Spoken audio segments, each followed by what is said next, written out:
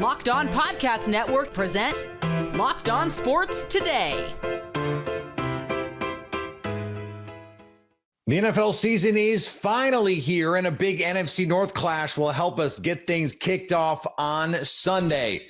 Also, Arch Manning and the Texas Longhorns melted down against Ohio State, and the Alabama Crimson Tide embarrassed themselves in a stunning loss to Florida State. I'm Peter Bukowski, starting your day with the can't-miss stories and biggest debates in sports. You're Locked On Sports Today. Searching all major sports. Found. Let's start with the biggest story. It's not every year you get to say Packers-Lions is a clash of NFC North Titans, but the last few years, you can in fact say that, and we get it in week one. Matt Derry from Locked On Lions joins me now. And Matt, I don't know, some things have happened in the last week that changed this matchup a little bit. Micah Parsons, now a member of the Green Bay Packers. And I don't know about you, I've heard from some Lions fans who say, okay, run the ball right at him. From your perspective, how, if at all, does this change the way that you view this week one matchup? Well, look, Lions fans can get all chummy and excited, but look, everybody from Lions fans, Packers fans have to realize this is an upgrade for Green Bay. Come on. It is a big upgrade, and it's exciting. It makes this even more intriguing and juicy for week one at 4:25 Eastern on CBS. I think for the Lions, it is simple. You do what you do best, which has been ground and pound and running the football for the last few years. The Lions haven't won in Green Bay the last 3 years because they've done such a great job protecting the quarterback. They have everywhere. But I think the keys to beating the Packers the last few years have been wearing them down with the run game. Now you take Kenny Clark out, different player than Parsons, but I do think Micah Parsons has had some success in the past against Taylor Decker. Go back to the 2022 game in Dallas with the strip sack when he went right around Decker on a play around left tackle. I think Dan Campbell said it best on Monday. The Lions had a game plan for Clark. They'll have a game plan for Parsons. But yes, running the football at him might be the way to go, but you got to know where number one is out on the field. And look, you put him up against Penei Sewell, that is a big-time matchup too. Yeah, and if you look by pressure numbers, Micah Parsons has the highest pressure number in a single game against Penei Sewell in his NFL career.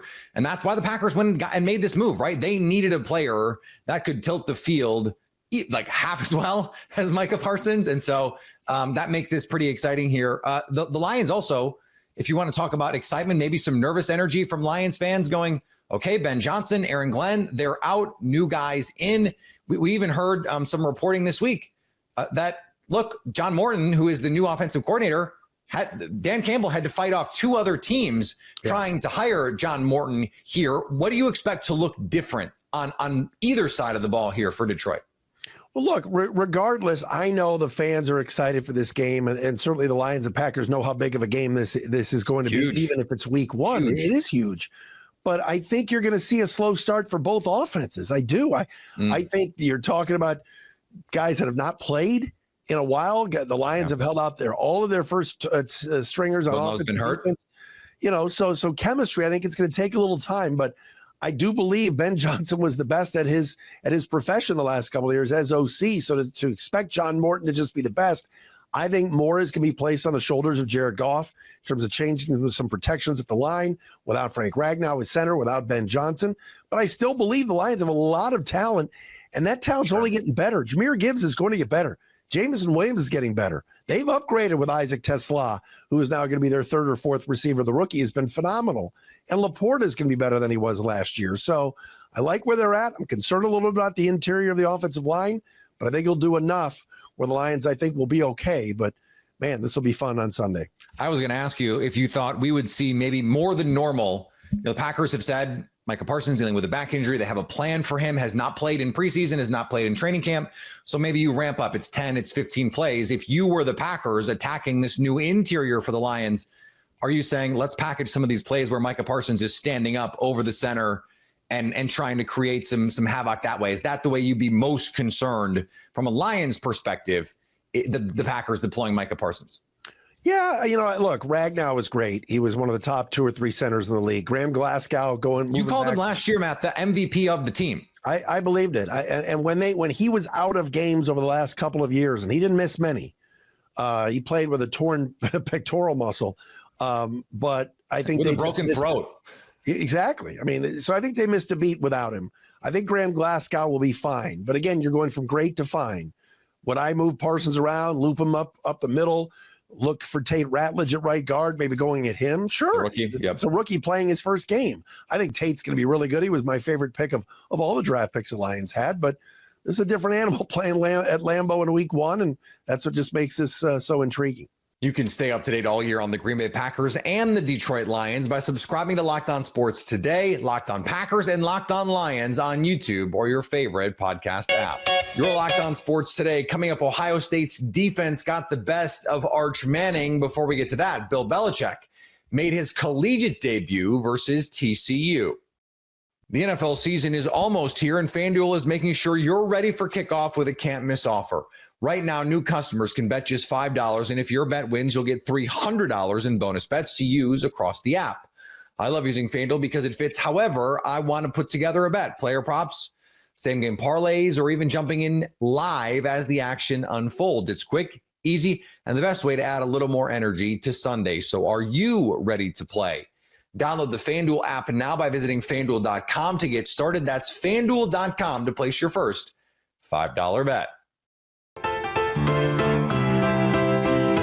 Former NFL legend Bill Belichick made his collegiate coaching debut for the UNC Tar Heels on Monday night, and things, well, they went a little sideways. Pete the dog, what are you doing here? I guess just like Kirk Herbstreit let his dog call the end of the game since it was such a blowout, this little guy was trying to do the postcast short for me since it was such an embarrassing loss so that I didn't have to do it. Yes, Carolina absolutely and utterly embarrassed in Bill Belichick's debut 48-14. The opening drive went as well as you could have possibly hoped, but everything after that, not so much. Woof. And interestingly, Gio Lopez unfortunately gets hurt late in the game, but Max Johnson comes in. Wow, what a story that is, and looks poised and in control of the offense. Moving forward, will he be QB1? And will Gio Lopez even be able to go? We're going to have to talk about that as the week goes on. The Cubs got past the Braves in extras. They flirted with a big comeback win yesterday, came up short, but they got the job done on Labor Day. I'm Sam Older from the Locked On Cubs podcast. Cubs were down 6-1 against the Atlanta Braves. It looked like it was going to be a really tough day. Even some boo birds out at Wrigley Field for Taylor Rogers and Colin Ray and company, but the Cubs came back. It started, I thought the big play, one of the big plays of this game was an 0-2 bunt single with a man on first, 2 outs by PCA that led to a 2-run double by Dansby Swanson. That got the Cubs within a couple of runs. Then a big game-tying 2-run homer by Carson Kelly. He eventually walked it off in the bottom of the 10th. Give Aaron Savali a lot of credit as well for holding it down. You can never have a big comeback like that unless your relievers do their job. And the Cubs finally had a big comeback win. Offense showed life. It felt a little bit like April and May. Let's see if they can keep it going on this homestand. And in a crucial National League matchup, the Phillies topped the Brewers. Maybe, just maybe, the biggest win of the season as the Philadelphia Phillies beat the Milwaukee Brewers 10-8. They outslug the Brew Crew. They out-haymaker the Brew Crew, making sure that they come out atop of this game despite being down 5-1 in the early goings. Bryce Harper got the offense going when he made it a 4-1 game with his 23rd home run of the season, a solo shot in the 4th. And then the offense really started to get going, especially with Brandon Marsh going 4 for 5 in the game. He had an RBI, the game-winning RBI that brought home Garrett Stubbs. Welcome back to the Bigs, master of vibes. And then Harrison Bader tacked on another run for some insurance in the 9th inning with his 3rd hit of the game and his 3rd RBI in the game as well. Joan Duran closed it out for his 25th save of the season. Phillies win in a big way. They get the off day Tuesday. They're back at it with Aaron Nola on the hill against Jose Quintana. The Texas Longhorns were number 1 for a brief moment before getting stymied on the road this past weekend against Ohio State. Locked On Longhorns host Brett Kellner reacted to the loss in which Arch Manning and the offense no-showed. And to say it was a struggle for the offense would be the understatement of all understatements. Texas had 232 days to prepare for this game. And that was the best they could muster up on the offensive side of the football. A very underwhelming debut for Arch Manning and an incredibly disappointing showing from the new-look Longhorn offense that was held scoreless for the first 3 quarters of a game for the first time since 2014. That's Charlie Strong era Texas football. You don't want to be compared to that era of Longhorn football for anything. Texas did score with just under 4 minutes to go in quarter number 4 to make things interesting, but ultimately the Longhorns were unable to cash in on their final offensive drive of the game, and Texas comes up 1 touchdown short. A lot to dive into here. Let me start off by saying we should all be thankful that the expanded playoff exists. You look at Ohio State, the team that won the national championship last year. They lost 2 games in the regular season, made it into the CFP, got hot at the right time, and ended up winning the national championship. Now, I know Texas has a ton to clean up to where those conversations feel worth having, but that was kind of the mindset that Steve Sarkisian had in the post-game press conference. Yes, he's frustrated. Yes, I'm frustrated. I know all of you are frustrated as well, but the Longhorns can still go out and achieve pretty much every single goal that they had going into their season. They could still win the SEC. They could still get into the playoff, and they could still win the national championship. But again, those conversations feel a little bit ludicrous because there is a lot that this team has to fix, especially on the offensive side of the football. And that's the good. That's the silver lining. There are a couple of other positive takeaways from this game. Obviously, the defense did its job. You hold anybody, especially a team as good as Ohio State, to just 14 points. You should win 10 times out of 10 and 100 times out of 100. And unfortunately, the Longhorn offense didn't do its part in this game today. And yeah, it was a struggle pretty much all game long for the offensive side of the football. And really the 2 highest paid players within the Texas football program did not get the job done today. Steve Sarkisian, the head coach, who is obviously on a very expensive salary, and then Arch Manning, who makes a lot of money in name, image, and likeness deals. I mean, you saw 4 or 5 different TV commercials that he was on during the Fox telecast today. I think it's safe to say that those are the 2 highest earners within the Texas football program in 2025, and neither of those guys were good enough today. I thought the play calling was way too vanilla. I thought Steve Sarkisian, all week long he had talked about letting it rip and, letting Arch Manning kind of do his thing and take some shots down the field. And it felt very vanilla. Didn't see a lot of pre-snap motion early on. Didn't see a lot of misdirection early on. You heard Gus and Joel on the telecast pretty much talking about it all game long. It's like, where's the Steve Sarkisian that we know? Where's the creative offensive mastermind that is scheming guys open? Why are we not seeing that in this game? And it just felt like Sark was a little bit conservative. And look, I mean, you understand, you got a first-time road starter. Obviously, Arch Manning has started a couple of games, but going into his first year as a starter and starting his first game on the road, maybe you want to try to ease him into things a little bit and try to not call everything that you have in your playbook. But it felt way too pedestrian. And against a team with as much talent as Ohio State, I don't think you can do that. Like, what are you saving stuff for? That's a game where you got to pull out all the stops when you're going up against the defending champs and a top 3 team in college football. And then, of course, the biggest demerit against Steve Sarkisian isn't the overall play calling for me. It's the red zone play calling once again. And we talked about it this week leading up to the game on this show. During Steve Sarkisian's game week press conference last Monday, he made a joke. He was asked about this team's red zone struggles in each of the last 2 years, and Sark, made a joke, and he brought up a stat saying that, in 2023, our touchdown percentage was this, and in 2024, it actually improved to this. And it just, I know he's not taking it lightly, but it kind of sounded like he was taking it lightly. And then you go out and see Texas go 0 for 2 in the red zone in this game. And of course, you get stuffed at the goal line against Ohio State again. And, it's unbelievable that we're still having these problems. 0 for 2 in the red zone. And when you lose a game by 7, I mean, there are a lot of stats. Texas outgained Ohio State 336 to 203. Like, that's a significant difference in total yardage. Texas ran 37 times for 166 yards. That's 4.5 yards a carry. The Cotton Bowl, Texas ran for just 2 yards a carry, 58 total yards as a team in the game in Arlington. They went for $166 and outrushed Ohio State by nearly 100. The Buckeyes only had 77 rushing yards as a team on 2.3 yards a carry. Now, Arch Manning's passing numbers, the yardage numbers, are at least better than what Julian Sayin had.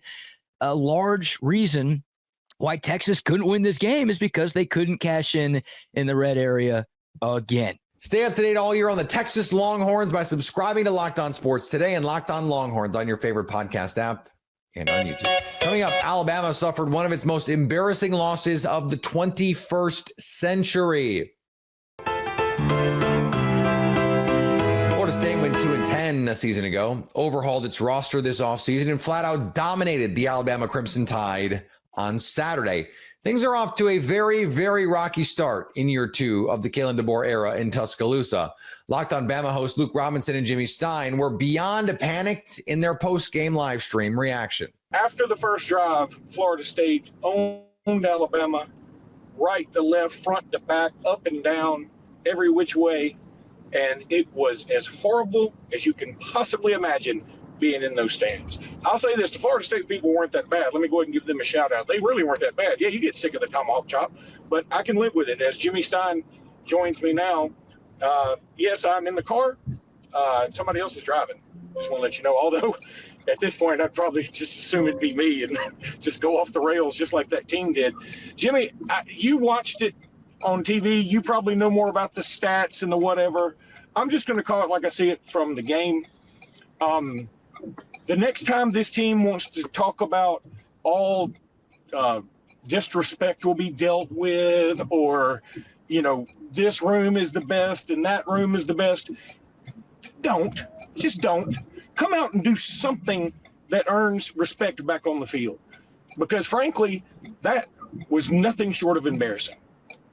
Embarrassing is the right word. I wish when they'd have said, you know, when they said something like disrespect will be handled accordingly, that is talking. That's talking back. Agreed. That's talking back. You know, when they said, well, Alabama didn't really respond, they said they'd respond on the field. That's not what they did, and they certainly didn't respond on the field. It was embarrassing. That was an embarrassing performance by the coaching staff, first and foremost. It was an embarrassing performance by the offense. Ty Simpson panicked. It was 100% clear that he played the second half panicked. He had terrible body language. He lost his poise in terms of being able to deliver the football. Everything was 100 miles an hour. Even passes that didn't travel any more than 8 yards in the air were thrown at 100 miles an hour because he panicked. I felt the coaches panicked, frankly. And I'll have a lot to rant about all week. Yeah. Several things stood out to me, but one thing that's bothered me, that's now a full-blown nuclear meltdown for me, is that we play as many players as we do. I've sort of grown up as a football fan in the Nick Saban era, where we played about 24 guys for 55 minutes, and people would say, hey, we need to play a few more players. We must have played 22 players on defense in the first quarter. When they scored their first touchdown, they beat a freshman corner. It was out there instead of Xavier Brown and Damani Jackson, with a sophomore safety coming over the top to help, who was late getting there, who was not Keon Sabb or Bray Hubbard. I don't understand why we play so many players. And when you say, Jimmy, now we have a long season, you got to play more depth because the season's so long. Our season's not going to be very long at all. Our season is barely longer than teams that played in the 70s. It doesn't matter how many players that you play when you're only playing 12 games. So, all right, Jimmy, let me cut you off for a second. I know, I'm with you. And that is a point for us to harp on all week long. And I'm not gonna, interrupt you often and all that. I just want to tell you, from being here in the stands, after the first drive, which I thought the first drive went about as well as it could go. Masterful. And you and I talked about this, that we wanted the ball first. And we wanted, because we thought if we got up 7-0, okay, we should be able to stop them. And then, it's Katie bar the door. Well, we scored, and then we had them I think it was 3rd and 11 on that first drive. And we got a penalty. I can't remember. It's been a long time. I've been in that stadium a long time. But by the way, if people are commenting, I can't see your comments. We're getting this sort of, we're doing this a different way today. But I felt it would be disingenuous to not go live after that performance. If we had won, I'd probably say, hey, let's just pass it off until I get back to where I'm going. But I'm not going to be the guy that doesn't go live when we get our butts kicked and embarrassed. And frankly, we didn't just embarrass ourselves. We embarrassed the league. Danny Cannell right now is Rugiet ready. You can bet your bottom dollar. That boy is. He's a living live read. He's a living live read. He is a living live. That's the next Rugiet read I got. I'm just gonna put a picture of him up. But there was zero juice on the sidelines. None whatsoever. It was dead as a hammer. And I kept telling the folks I was with, I was like, dude, I just don't like this. And you know how I get about my feelings sometimes. And I got that feeling early on. I was like, we're in trouble. Like, it wasn't just that we had to set the second drive. We go in for some idiotic reason that Kalen DeBoer is going to need to step up and say, hey, here's why I thought that our kicker, who we've been talking about in practice as not being super, that's why we thought he should kick a 53-yarder. Give me a break. Jimmy, I want to tell you, I am worried to death at this point. I am worried to death about the future of this program. I'm not worried just about this year. This year, I'm worried about it, but I'm beyond that now. This was and we also have to factor in people who think I'm overreacting. What have we done the last few games? We've lost to Oklahoma badly in a nasty, terrible way against a team that's not that good. We lose to we beat up on Auburn, but they sucked last year. So yeah, we won the Iron Bowl. Congratulations. They didn't even go to a bowl. We lose to a Michigan team that was missing half their team, and then we come back this next year after their quarterback, who transferred in, was talking smack to us all summer. And we lay an egg, not just, the offense, yeah, there are a lot of things we can think about the offense. The defense, sweet Mother Earth, they were terrible. That Tim Keenan's not going to make it that big of a difference. Coming up, we preview some of the other major Week 1 NFL matchups, so at least until tomorrow, stay locked on sports today. Locked On Podcast Network presents Locked On Sports Today. For more episodes of Locked On Sports Today, go to our video on demand. Click on Sports at the top of your screen. There, you'll find past episodes of Locked On Sports Today, plus other Locked On shows on demand.